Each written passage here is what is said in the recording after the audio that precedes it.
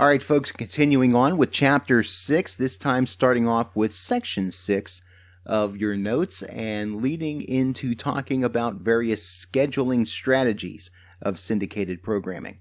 TV station managers look not only for a program that meets their needs, but also for one that fits certain scheduling and business deal criteria. So it's more than just about filling a time slot.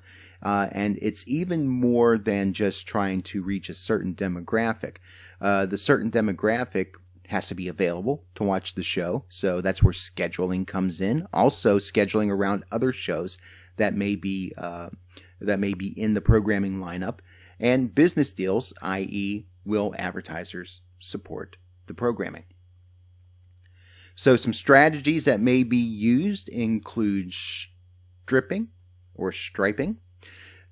Now, one thing is that, especially when we're talking about shows that air 5 days a week, they're going to be looking for about 65 episodes. That's the absolute minimum for stripping a show Monday through Friday. That would be the equivalent of 3 network seasons. 65 shows will allow for 13 weeks of programming to run straight through. In other words, 3 months worth of content before a station repeats an episode. So 3 months of content requires 3 seasons worth of programming content from a network show, a show that comes off network, in order to make syndicating the show viable. Game shows, they produce 195 episodes a year, or 39 weeks. 65 of those episodes would be repeated throughout the year. You can imagine with a game show that there's not going to be as much attraction to watch a rerun of a show in which there's a competition that's involved. So they tend to need more fresh material throughout the course of a year. Some first-run shows are produced fresh every day with no repeats, especially your different talk shows and news magazine type shows. So you're going to get in the neighborhood of 260 episodes over the course of a year. Audience flow. Audience flow is a combination of these 3 things: retention of existing audience from the lead-in show. So whatever show is airing prior to the show in question, will that audience stick with the channel going from that previous show onto the current show? Channel switching from other stations. Is your show attractive enough that it can steal audience from a competing television station? And the attraction of new tune-in viewers. A good example of this, once again, would be Jeopardy. That there are a certain segment of the population out there that still makes Jeopardy appointment viewing. So in Raleigh, 7 o'clock, Monday through Friday night, don't bother them because they're tuning in for their intellectual fix to watch Jeopardy.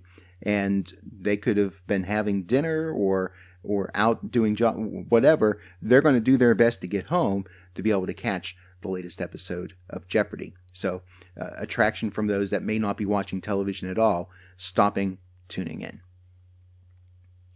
Counter-programming is a strategy, scheduling programs that are different in type and audience appeal from those carried by the competition at the same time. So for the longest time, the 7 o'clock hour on Channel 5 was largely the news magazine type shows. Entertainment Tonight, Inside Edition, running against Jeopardy and Wheel of Fortune on Channel 11. It attracts a different kind of audience. Now WRAL has its own local newscast at 7 p.m. that is used as a counter-programming strategy. Channel 17 in that 7 o'clock hour, carrying Judge Judy, which is going to attract yet another type of audience. Deal points are the terms and conditions of a programming agreement, and we're going to go through some of the different things that you would see within a programming agreement between a syndicator and a television station that goes into contract to air a particular syndicated programs. These are the different elements that you may be able to see. First off, the title of the show. The syndicated title might be slightly different from the network version. A good example of that was the game show Who Wants to Be a Millionaire, which is the proper name of the show when it aired on ABC. But the syndicated version of the show is simply called Millionaire. At times, that happens. The description of the program. This includes program premise and strong points for audience appeal. So what's the overall kind of like a treatment of the program, if you will, or a synopsis? The cast, the host, other participants within the show, those that would be seen on screen. The duration of the show. How long is the program? Is it a 30-minute show, 60-minute show? How long does the show air? Also, the number of episodes. So this includes original episodes that are created exclusively for syndication, and the number of repeats, which would be shows that come off network. So they're, by nature, they're reruns. It's not original content created specifically for syndication. But any of those shows, they would be considered new to syndication, so the number of episodes would be listed here. Then you get the number of runs of each episode, the maximum number of times the station may air each individual episode of the program. Start and end dates. This is the flight of the contract. Programs are sold for specific lengths of time. The commercial format, the fixed number of commercial spots that are within a show. So if you're airing a 30-minute program, for example, it would include with that a certain number of minutes of commercials. Generally, we tend to think of a 30-minute show as actually having about 22 minutes of content. So typically a 30-minute show would have 8 minutes of commercials, and they break that up in terms of the internal commercial minutes, how many minutes of commercials are within the program itself, and then the end break, or the external, which would be the number of minutes of commercials after the end of the program. And now the big one, price. There's different ways of determining this. You might pay a per episode fee as a television station. The per episode fee would be one inclusive amount for all runs of a single program. So if you get, just to make numbers simple here, say you get 10 episodes, 10 unique programs within this contract, then you're going to pay so much for each of those individual shows, no matter how many times it says in the contract that you're able to run each particular episode. You could also do a weekly fee. This is a fixed amount regardless of the number of times each episode is ultimately shown. So it's kind of a buffet sort of thing, all you can eat, if you will. And you can have the rights to air the show as many times as you want for this one set fee.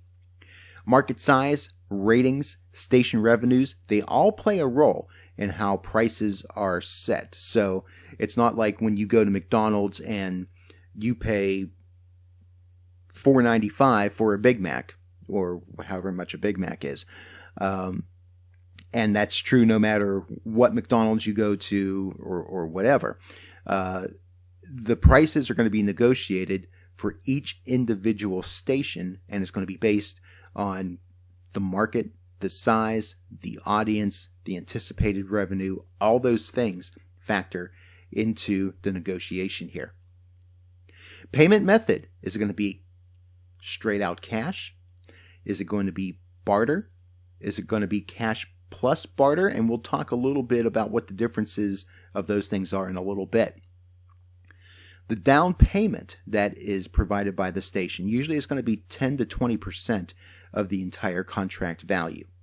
And then the payout would be the balance of what is not paid during the down payment, and that's usually done in installments over the life of the contract. So these are the typical things that you would see in terms of the different items, the different deal points that are within a programming agreement between a TV station and a syndicator. Syndicator and rep rules. The relationship between reps and syndicators is generally friendly and mutually dependent. And here's how that symbiotic relationship tends to work. The syndicators need the reps' support in client markets. So as we were talking about in the previous video, the syndicators are going to do their best to try to make the rep programmers see that their programming is valuable and is something that would be attractive to the stations that the rep programmer represents, so that the rep programmer will talk about their shows in a positive sort of light. And then the reps need to get programming information from the syndicators. So the reps are going to be reaching out to them to ask questions about the content and scope of a particular program, perhaps different background on some of the talent that's featured on the show, some different markets that the show is already airing on or where it's signed on to air, and all those sorts of things. So there is a back and forth that goes between the syndicators and the rep programmer, even though the rep programmer actually works at the pleasure of the television station. And the syndicator, of course, is looking to market its programs and make sales to a television station. Reps rarely make blanket program recommendations, and they do not endorse any particular syndicator. So on one hand, yes, the rep needs to get the program information, but it generally is not going to show favoritism to particular syndicators, again, because they're working at the pleasure of the television station and looking out for the station's best interests. So the syndicator that has the best programs for that station's interest is going to be the shows and the syndicators that the rep programmer is going to talk up. Rep programmers do not supply syndicators with privileged client rep information. So there's no inside baseball slipping information to syndicators saying, hey, here's what WNCN is planning to do, or here's the kind of budget that WRAL has, or anything like that. Again, that relationship between the rep programmer and the television station is a valued one, a trusted one, and there is some privileged information that gets shared as a result of that. Rep programmers hold very tightly to that to maintain the integrity of the relationship he or she has with the station. Ratings consultation. Network opportunities at conventions include these different associations here. The big one being the National Association of Broadcasters.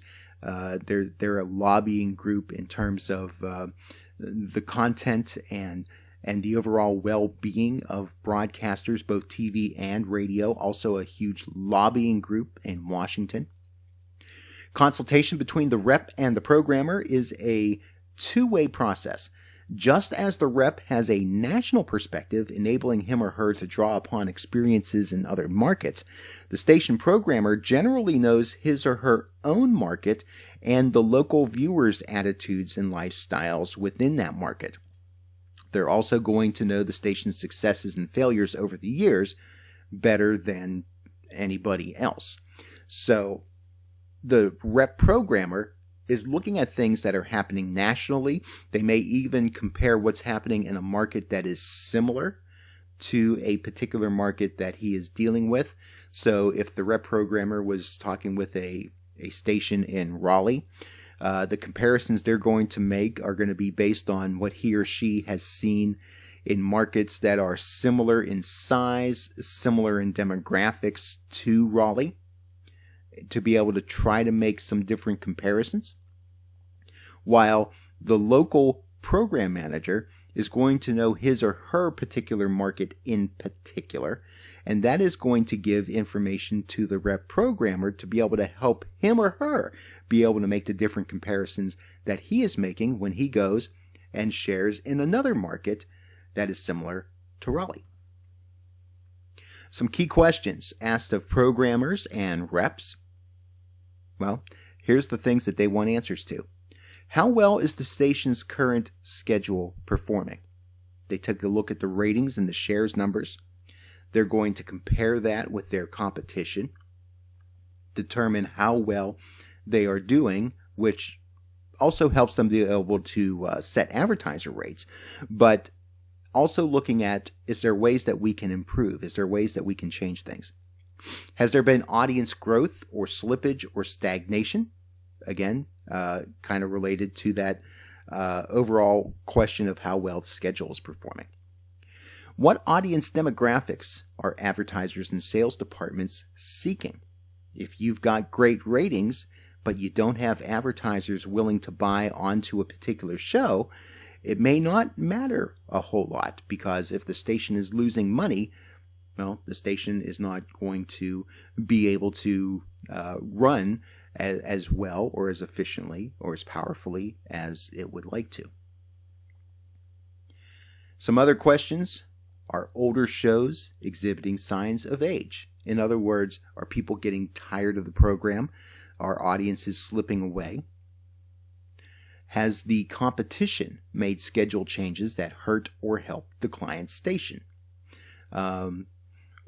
Just recently, I don't remember which station it jumped to, but I remember that Ellen DeGeneres' talk show jumped from one station in the Raleigh market to another within the past year. And that's something that would be done as a result of watching out for what shows become available, and if they believe a show is going to help them, they're going to try to take shows from their competition. Or if they are not able to do that, they're going to look at programming that's available that might be able to overtake the ratings from their competition. Also, must the client consider purchasing new programs for weak spots? If you have time slots within your schedule that are not performing as well, or whether they're not getting viewers or they're not getting the advertising revenue that's expected, is it time to dump the show that's currently on the air and put something else in? For one or two stations to experience audience growth, other stations in the market must lose audience, because by and large there's a finite number of people in a particular market, the population of the area, and out of that population, a certain number of them are going to be watching television at a given time.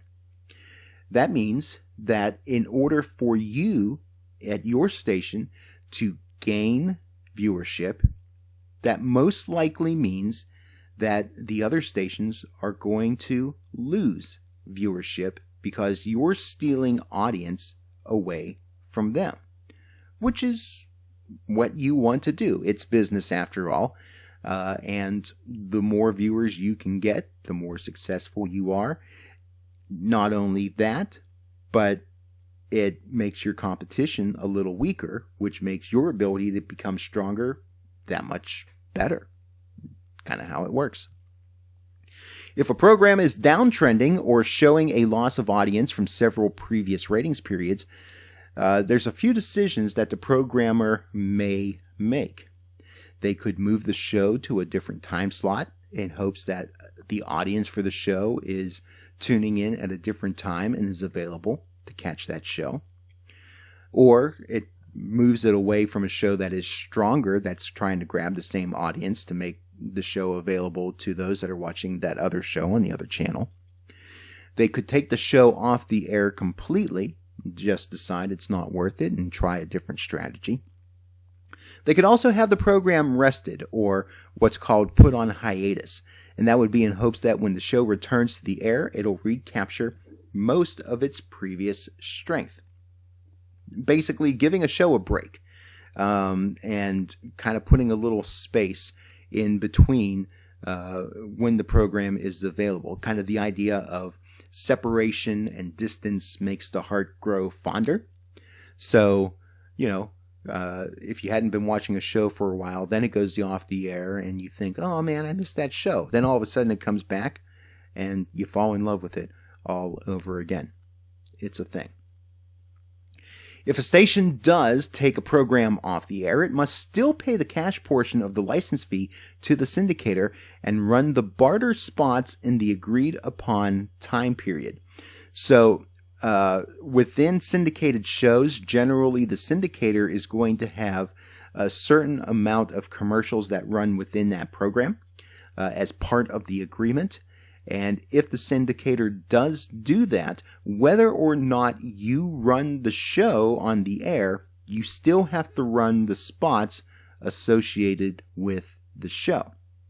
Something to consider. Although household ratings are an important indicator of a program's relative performance, programmers are primarily concerned with audience demographics.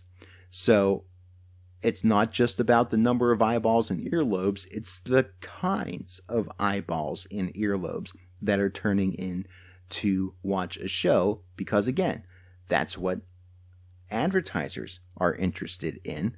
And if advertisers know that they're paying for a certain audience, they're going to be more apt to pay for that audience, especially if it's the audience that they want to reach. If a show exhibits significant ratings growth over previous ratings books, I should say, in other words, it's uptrending instead of downtrending, they may decide to leave a program in place and try to build its audience with lead-ins or with better promotion. So if a show seems to be doing better in the ratings than it had done previously, that there's a little bit of growth going on, but not quite enough growth that makes the particular television station happy, they may try different strategies of putting different shows around it to try to build that overall audience for the larger time slot to help boost the particular program that they want to see continue to build a following. Programs are purchased well in advance of their initial airing. In doing so, there's a risk of purchasing a popular program now for it to not maintain popularity when the show makes it to air, but there's also the possibility that a show could get a whole lot more popular between when the contract is signed and when the show actually goes on the air because of the buzz that's created about the program. So there is a good bit of risk-taking that happens. It's possible to sign a contract with the syndicator 2 or 3 years before the station actually gets the rights to air a program. And in doing so, they are taking a calculated risk as to whether they're going to get the value for the dollar that they're spending on that program, if the popularity will remain, if the audience will continue to follow it, and overall is worth it for the station. Research data. Rep programmers purchase and have access to Nielsen ratings information that are not normally purchased by stations, and there's examples of those types of reports listed in your textbook. You can check those out. But part of what the rep programmer provides to stations is that they take a deeper dive into the ratings data that television stations may not necessarily have the personnel to be able to look through and research and invest the time into. So that's a valuable resource that the national rep provides to the local station. Specialized program analysis. Station reps themselves can now provide customized research to stations once only available from Nielsen. And some of the different types of reports include a Comtrack report. There's an example of this in your textbook. This report shows shares for over the length of 4 periods, including lead-in and lead-out info. So if you see that, for example, let's say a show is, or rather a station is running Family Guy on weeknights at 7 o'clock. You can see how well the show did in that time slot on that station, but you also get to see what that station aired at 6:30 and how well that show did, and the show that ran at 7:30 and how well that show did. So it's much more comprehensive information than just raw numbers for a particular show. And that's one of the things, among many other sorts of data and research, that programmers will take a really strong look at in helping the various stations that he or she provides services to.